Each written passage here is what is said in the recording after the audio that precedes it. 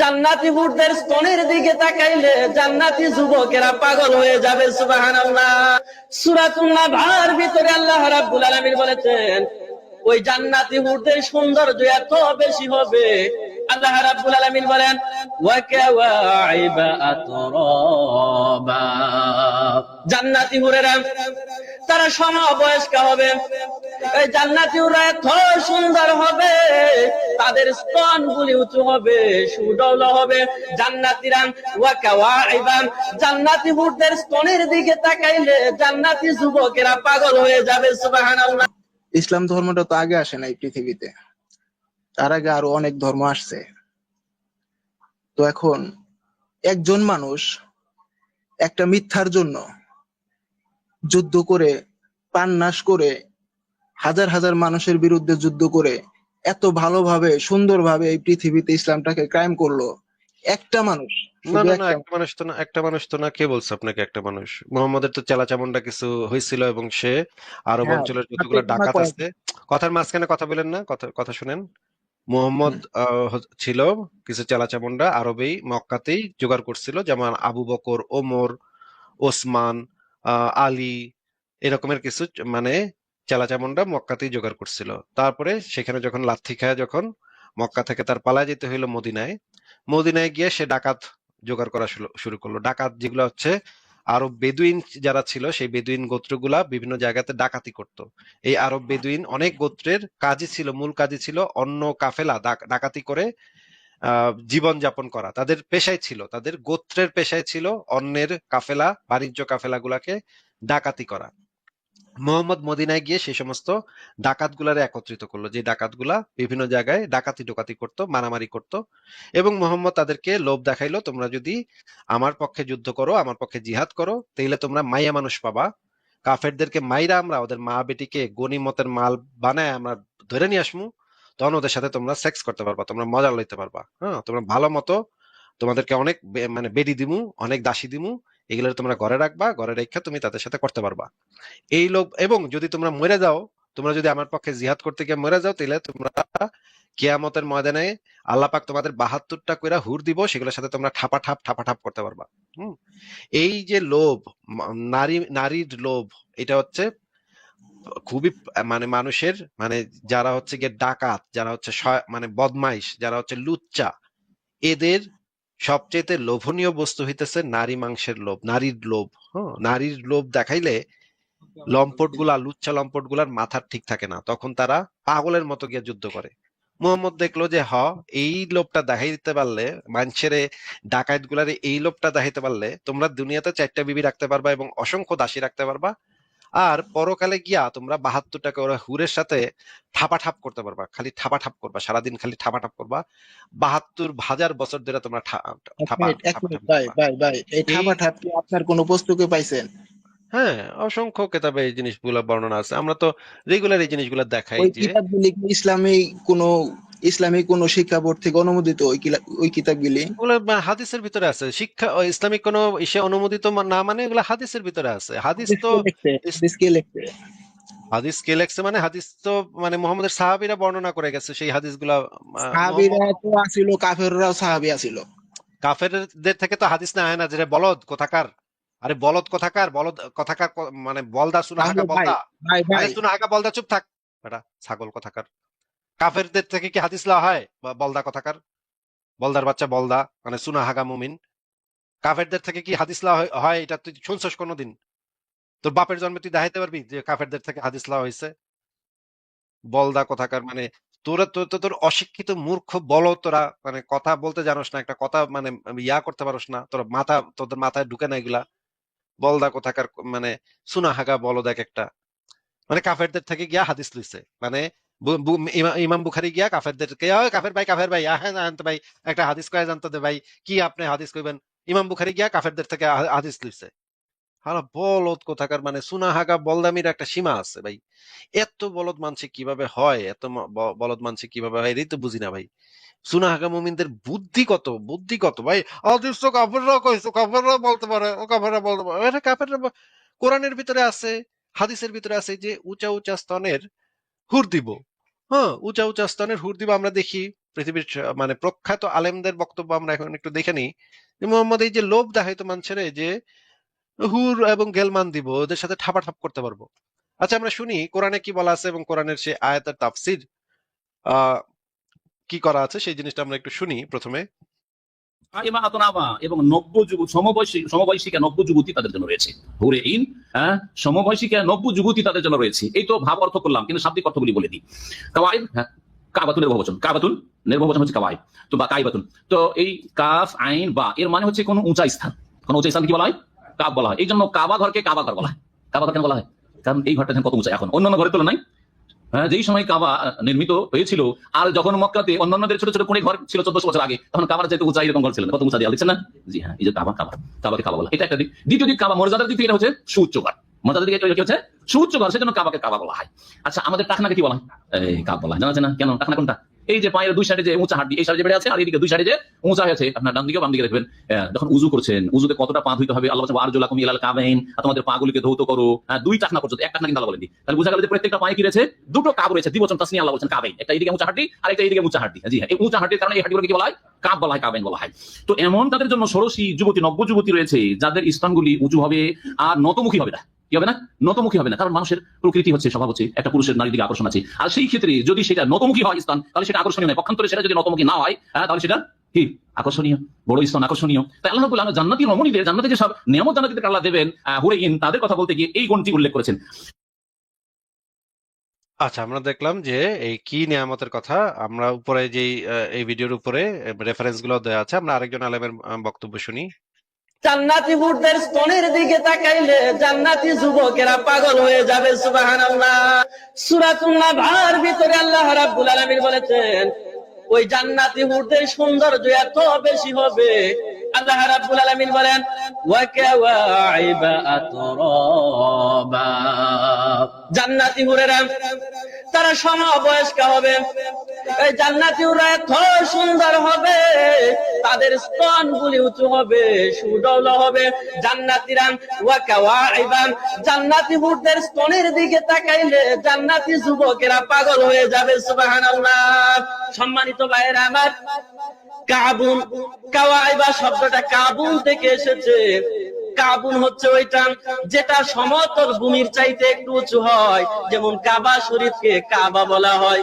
কারণ হলো বন্ধু, কাবা শরীফটা সমতল ভূমি থেকে উঁচু হওয়ার কারণে আমরা তাকে কাবা বলি। এই জন্য পায়ের গিরাকে আরবিতে কাবুন বলা হয়, কারণ শরীরের অন্য অংশ থেকে অংশটা উঁচু হওয়ার কারণে তাকে কাবুন বলা হয়। যেমন ও আরজুলাকুম ইলাল কাবাইন।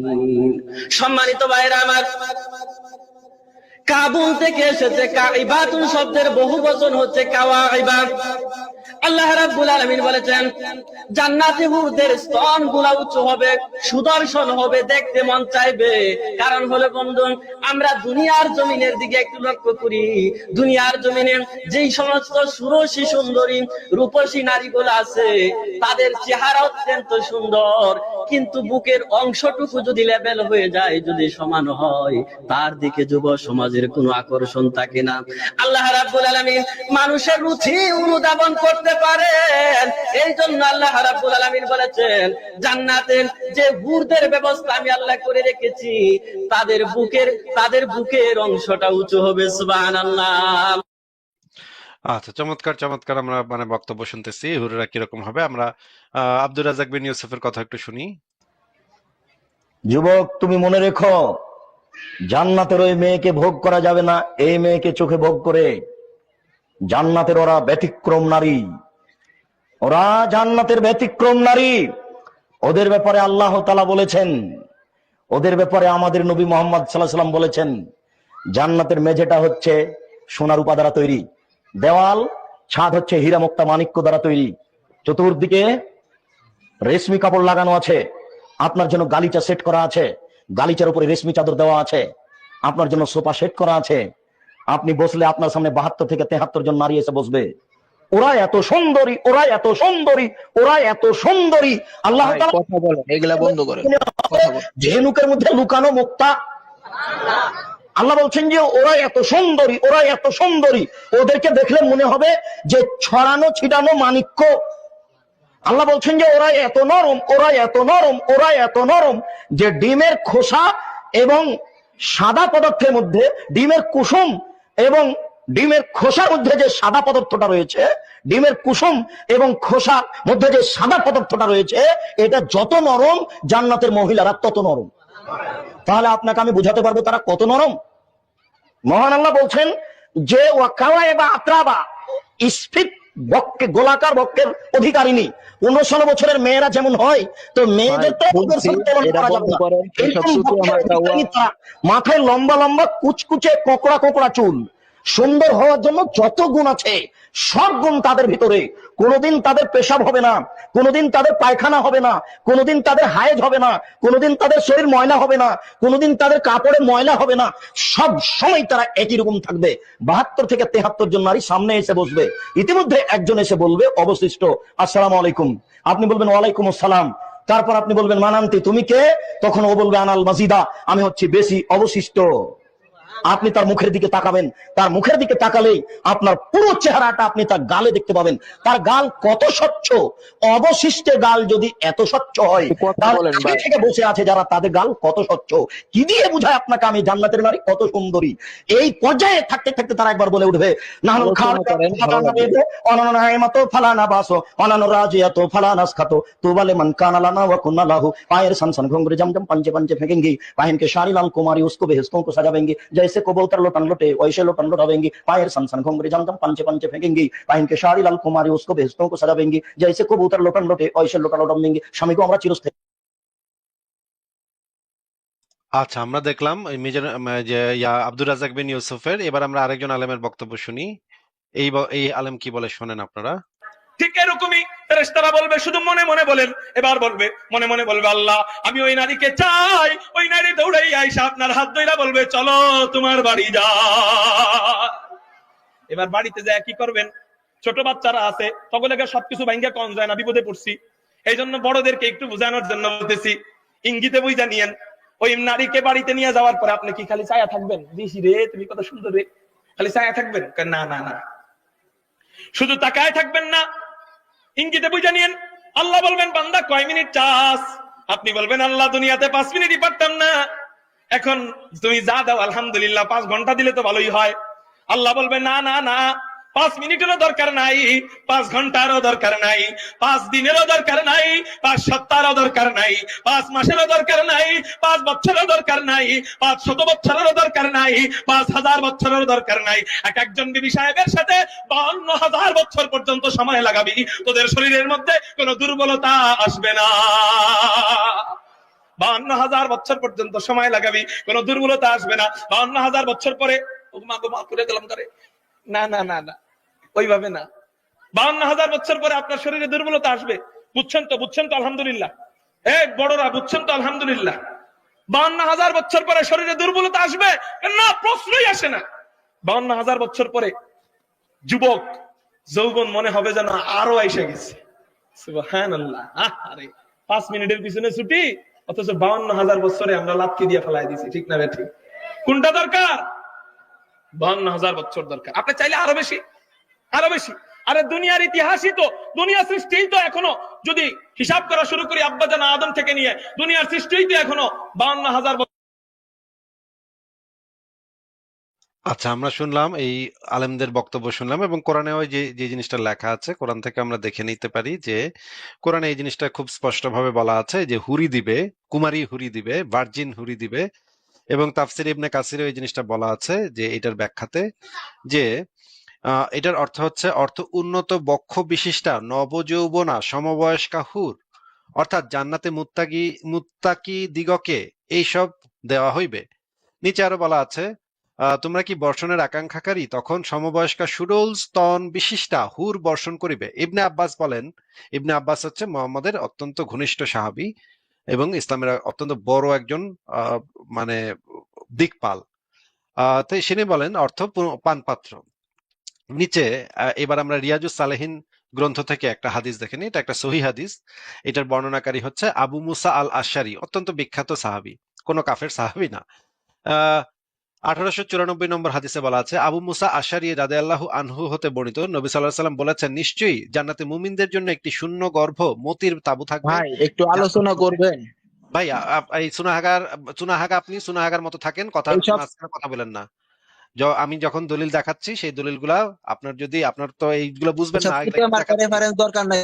আরে বলদ, এগুলা যেগুলো দেখাচ্ছি সেগুলো তো আপনার মাথায় কিছু ঢুকবে না। আরে বল, আচ্ছা ব্যাক স্টেজে রাখলাম, এই বলদার তো মাথায় এগুলো কিছু ঢুকবে না। এটা কোন গ্রন্থ থেকে, নামই তো জীবনে শুনে নাই। এই যে আবু মুসা আশআরীর কথা বললাম, এই যে এই সুনাহাগা বলতে তো কোনোদিন নামও শুনে নাই। বুখারী মুসলিম এগুলো তো নামও শুনে নেই। হ্যাঁ, হাদিস কেমনে সহিহ হয় এগুলোর তো কোনো আইডিয়াই এই সুনাহাগা বলদের নাই। এইগুলা এই সমস্ত সুনাহাগা বলদ আসে মানে এখন যদি এটা একটা ইসলামের একটা জিনিস জিজ্ঞেস করি, এটা উত্তর দিতে পারবো না, কোনো কিছুর উত্তর দিতে পারবো না। এ আইসে ভাই, এটা তো কাফেররা লাগতে পারে ভাই, সাহাবীদের বেন্দে তো কাফেররা থাকতে পারে ভাই। আরে বেটা, আবু মুসা আশআরী কাফের? বলদ কোথাকার। আচ্ছা, এখানে কি লেখা আছে দেখি। এর মধ্যে মুমিনদের জন্য একাধিক স্ত্রী থাকবে, যাদের সকলের সাথে মুমিন সহবাস করবে। দেখেন একদম স্পষ্ট লেখা আছে, যাদের সকলের সাথে মুমিন সহবাস করবে, কিন্তু তাদের কেউ কাউকে দেখতে পাবে না। বুখারী মুসলিমের হাদিস, এই যে মানে সরাসরি বই থেকে দেখেন, এখানে দেয়া আছে। আচ্ছা, পরে তিরমিজি শরীফের একটা হাদিস দেখি। তিরমিজি শরীফের হাদিস হচ্ছে যে জিহাদের ফজিলত, এই যে দেখেন নবী মোহাম্মদ জিহাদের ফজিলত বর্ণনা করতেছে। আব্দুল্লাহ ইবনু আব্দুর রহমান থেকে বর্ণিত, তিনি বলেন, রাসূলুল্লাহ সাল্লাল্লাহু আলাইহি ওয়াসাল্লাম বলেছেন, আল্লাহর কাছে শহীদের জন্য রয়েছে 6টি বৈশিষ্ট্য, এবং নিচে যেটা বলা আছে, 72 জন আয়াতলোচনা হুরের সাথে তার বিবাহ হবে, তার 70 জন নিকট আত্মীয় সম্পর্কে তার সুপারিশ কবুল করা হবে। মানে 72টা হুরি তা সেই জিহাদিকে দিবে যে জিহাদ করবে, ইসলাম মানে নবীর পক্ষ হয়ে যে জিহাদ করবে। তিরমিজি শরীফের 1663 নম্বর হাদিসে আছে, টানা টানা আয়াতলোচনা 72 জন জান্নাতি হুরকে বিবাহ দেওয়া হবে এবং 70 জন নিকটাত্মীয় সুপারিশ করা হবে। একদম পরিষ্কার ভাবে বর্ণনা করা আছে। আরো অনেক রেফারেন্স আমাদের কাছে আছে, যে যে জান্নাতে মুমিনদের যৌন শক্তি কতটুকু হবে, কতক্ষণ করতে পারবে, মানে ঠাপাঠাপি করতে পারবে। সহজ কথা হইতেছে, মানে খাস বাংলা কথা হইতেছে, ঠাপাঠাপি কতক্ষণ করতে পারবে। তিরমিজি শরীফের 2538 নম্বর হাদিসে বলা আছে, উপরে দেখেন জান্নাতবাসীদের সঙ্গমের বিবরণ, জান্নাতবাসীদের সঙ্গমের বিবরণ। এখানে মোহাম্মদ ইবনে বাশশার ও মাহমুদ ইবনে গায়লান আনাস থেকে বর্ণিত। আনাস হচ্ছে মোহাম্মদের অত্যন্ত ঘনিষ্ঠ সাহাবী, যে মোহাম্মদের বাসায় কাজ করত, বিভিন্ন ধরনের ছোটখাটো বাসার যে সেবকের মতো, সেই সেবকের মতো ছিল সে। আনাস ইসলামের ইতিহাসে অত্যন্ত গুরুত্বপূর্ণ সাহাবী। সে তার থেকে বর্ণিত, নবী সাল্লাল্লাহু আলাইহি সাল্লাম বলেছেন, জান্নাতে প্রত্যেক মুমিনকে এত এত সঙ্গম শক্তি দেওয়া হবে। বলা হয়, ইয়া রাসূলুল্লাহ, তা কি করতে সক্ষম হবে? তিনি বলেন, তাকে তো 100 জনের শক্তি, মানে 100 জন পুরুষের শক্তি একজনের একজনের জান্নাতীকে দেয়া হবে। এই যে মুহাম্মদ যে এই সমস্ত মানে লুচ্চামি, এই সমস্ত মানে পর্নোগ্রাফি, একেবারে জনি সিনসের মতো এক একজন জান্নাতি পুরুষ জনি সিনসের মতো গিয়া জান্নাতে ঢুকবে, চারপাশে 72টা হুরি চারপাশে লাইন ধরে দাঁড়ায় থাকবে, খাড়াখাট খাড়াখাট খাড়াখাট খাড়াখাট মানে শুরু করে দিবে জান্নাতি মুমিন। এই যে মানুষকে যে এই সমস্ত বেশ্যালয়ের, জান্নাত নামক বেশ্যালয়ের যে লোভ দেখাইছে মোহাম্মদ, এই লোভের কারণে তো মুমিনদের মাথা মতা ঠিক নাই। ভাই কেমনে হুল লাগামু ভাই, আমার কি করতে হইব নবী, কি করণ লাগবো নবী? যা তোরা গিয়া কাফের মেরায়, কাফের মেরাইতে পারলে তোরা দুনিয়াতেও পাইবি, জান্নাতেও পাইবি, জান্নাতেও ঠাবাইতে পারবি, দুনিয়াতেও ঠাবাইতে পারবি। এই ঠাবাঠাবির লোভে মোহাম্মদের সৈন্যরা গিয়া জিহাদ করত এবং গনিমতের মাল হিসেবে মেয়ে নিত, মেয়ে মানুষ নিত গনিমতের মাল হিসেবে। কি টাইপের নোংরামি এগুলা, কি টাইপের নোংরামি এগুলা, কি টাইপের লুচ্ছামি এগুলা, সি সি সি সি সি।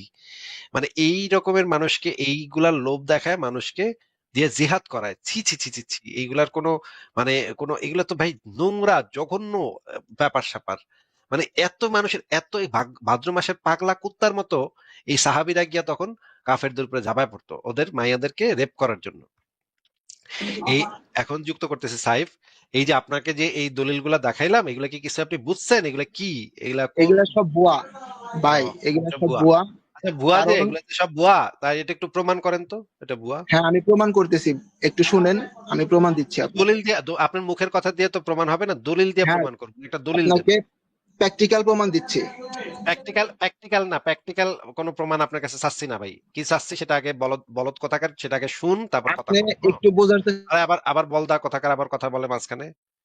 আপনি যেই জিনিসটা প্রমাণ করবেন সেটার সপক্ষে একটা দলিল দিবেন, ইসলামের একটা প্রতিষ্ঠিত গ্রন্থ থেকে দলিল দিবেন, হয় কোরআন থেকে, অথবা হাদিস থেকে, অথবা তাফসির থেকে অথবা সিরাত থেকে যেই গ্রন্থগুলা সারা পৃথিবীতে ইসলামের রেফারেন্স বুক হিসেবে সমাদৃত, যেগুলা বিভিন্ন বিশ্ববিদ্যালয়ে পড়ানো হয়, সেই সমস্ত জায়গা থেকে প্রমাণ দেন যে এই যে হুর দেয়া হবে এইটা ভুয়া কথা, এটা আপনি মিথ্যা কথা, এটা প্রমাণ দিবেন আপনার মুখের কথায়। আপনার মতো সুনাহাগা মুমিন, এখানে আমি যেই সমস্ত আলেমদের দেখাইছি তারা ইসলামের প্রতিষ্ঠিত আলেম। আপনার মতো সুনাহাগা মাদ্রাসাতে পাশা খাজাইতে খাজাইতে মানে হুজুরের পাশা মারা খায়া তারপরে এখানে এসে লাইভে ঢুকছেন, এরকম লোক তো এরা না। এরা ইসলামের প্রতিষ্ঠিত আলেম এবং যে হাদিস গ্রন্থগুলা দেখাইছি সেগুলাও ইসলামের প্রতিষ্ঠিত রেফারেন্স বুক। আপনার কাছে যদি কোনো রেফারেন্স থাকে তাহলে সেটা দেখাতে পারেন, বলেন। শোনেন, হোগা মারা খাইলে ওই হুজুররাই খায়, কথা আচ্ছা, ঠিক বুঝছেন? আছে। এটা হইতেছে আপনার রেফারেন্স। আপনার কাছে রেফারেন্স চাইছিলাম, আপনি রেফারেন্স দিচ্ছেন। আমরা খাইলে হুজুরাই খায়, এবং আপনার নবীও খাইছিল। আপনার ওই মারাটা নবীও খাইছিল। এক ইহুদি মহিলা বিষ মিশানো রান খাওয়াই দিছে, একবারে আপনিও তো পাছা মুফতি, মাইরা, আপনিও তো একদম পাছা মাইরা নবীর একের পাছা মাইরা লাল আপনিও করে দিছে। আবার মাঝখানে কথা বলে, নবীর পাছা মাইরা ওই ইহুদি বুড়ি নবীর পাছা মাইরা একের লাল করে দিচ্ছে। আপনিও তো মুফতি, আপনারও সেই পাছা মারার ব্যথা মানে কোকাইতে কোকাইতে নবী শেষ জীবনে সেই পাছা মারা খাওয়ার, ইহুদি বুড়ি যে পাছা মারা দিয়ে দিছিল নবীরে, সেই পাছা মারার ব্যথাতে নবী যে কান্দন কাঁদছে রে ভাই, যেই কান্দন যে কাঁদছে রে ভাই, ওরে আবার পাছা গেল রে, ওরে ওই বিষক্রিয়া আবার কষ্ট হচ্ছে। আমরা সেটা একটু দেখে নিই যে নবী হারামজাদায় মরছে কেমনে, কুত্তার মতো মরছে কেমনে, সেটা আমরা একটু দেখি। দেখেন। হ্যাঁ, সামির আহমেদ জানতে চেয়েছেন, আজ আমাদের এখানে জুমার খুতবা ইমাম সাহেব বয়ানে বলেছিলেন যে মালাকুল মউতকে জিজ্ঞেস করা হলো রাসূল সাল্লাল্লাহু আলাইহি সাল্লামের উম্মতের মৃত্যু কি অনেক কষ্টের?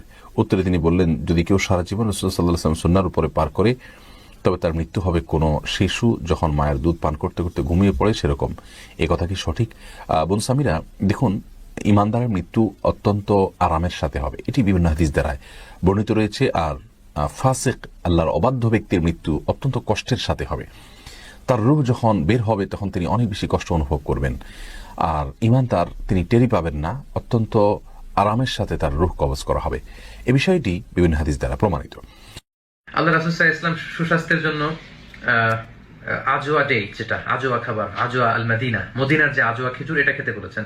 এবং সহিহ বুখারীর বর্ণনায় এসেছে, কেউ যদি প্রতিদিন সকালবেলা 7টি আজওয়া খেজুর খায়, ওই দিন কোনো বিষ বা সাপের কামড় কিংবা কোনো জাদু বান এগুলো তাকে কখনো ক্ষতি করবে না। উনি ইন্তেকাল করেছেন, চিল্লায় এখন ঠিক কিনা? ইন্তেকালের আগে বিশ্বনবী প্রচন্ড অসুস্থ হলেন। মা আয়েশারে ডেকে বললেন, আয়েশা, মনে হয় আমি বাঁচবো না।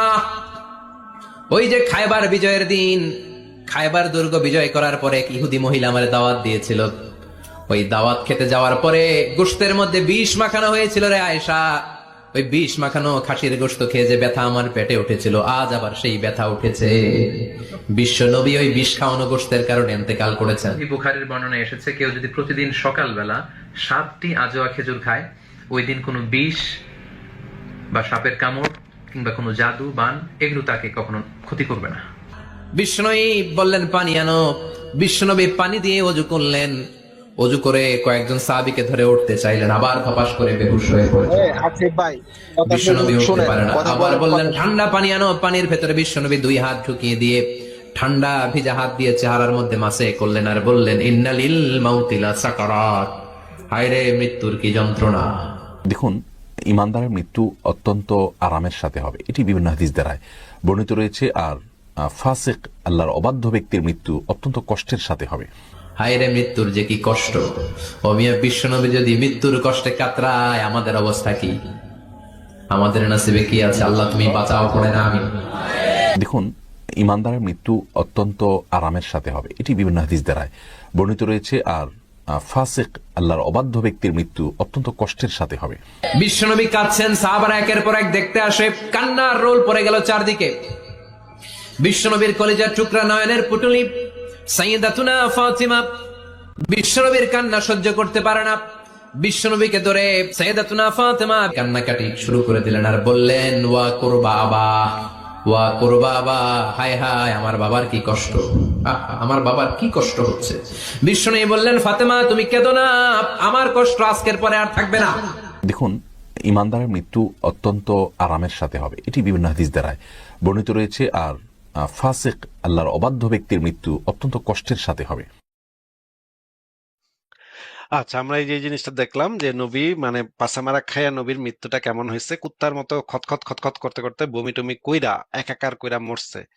এই ইহুদি বুড়ি তারে পাসামারা দিয়ে দিছিল, সেই পাসামারা মৃত্যুর আগ পর্যন্ত সে পাসামারায় মানে ব্যথায় যন্ত্রণায় কাতরাইছে। যে জিনিসগুলো আমরা দেখাইলাম, এই জিনিসগুলোর বিরুদ্ধে আপনার সাইফ, আপনার কি কোনো দলিল ভিত্তিক কোনো আলোচনা আছে, নাকি আপনার শুধু চাপার উপরে মুখে মুখে বইলা ভাই এটা ভুয়া, ভাই আমি বুখারি মানি না, আমি কোরআনের এই আয়াতে এটা দ্বারা এটা বোঝানো হয়েছে, এই এগুলা বুখারি তাদের অন্ধবিশ্বাস, এগুলা তাদের এরা অন্ধবিশ্বাস। এরা কেউ কিছু ইসলাম বুঝে না? আপনি সুনাহাগা, আপনি এদের থেকে বেশি বুঝেন নাকি? শেখ হাসিনার মতো সরকার রে বাঙালি সুইদা দিছে, ঠিক আছে, আওয়ামী লীগ রে সুইদা দিছে, নবীরেও এরা আমরা তো আমরা দেই, দিক্তাটোর। নবীরে এবং ওইরকম আল্লাহরে কি আমরা কাফের ডেইলি দিই, নবীরেও এবং আল্লাহরে আমরা ডেইলি ডেইলি এইখানে আইনা ন্যাংটা কইরা উল্টা মানে পা দুইটা উপরে দেই আর মাথাটা নিচে দিই, নবী এবং আল্লাহ দুইটার একসাথে, তারপরে আমরা পাছার উপরে চড়াস চড়াস করে বাইরেই প্রত্যেকদিন ডেইলি করি আমরা, হ্যাঁ। সাইফ, আপনার এই সমস্ত কাফেররা সুদি চাপাবাজি, আসলে, কাফেররা কিছু। আপনাকে আবারও মিউট করতেছি।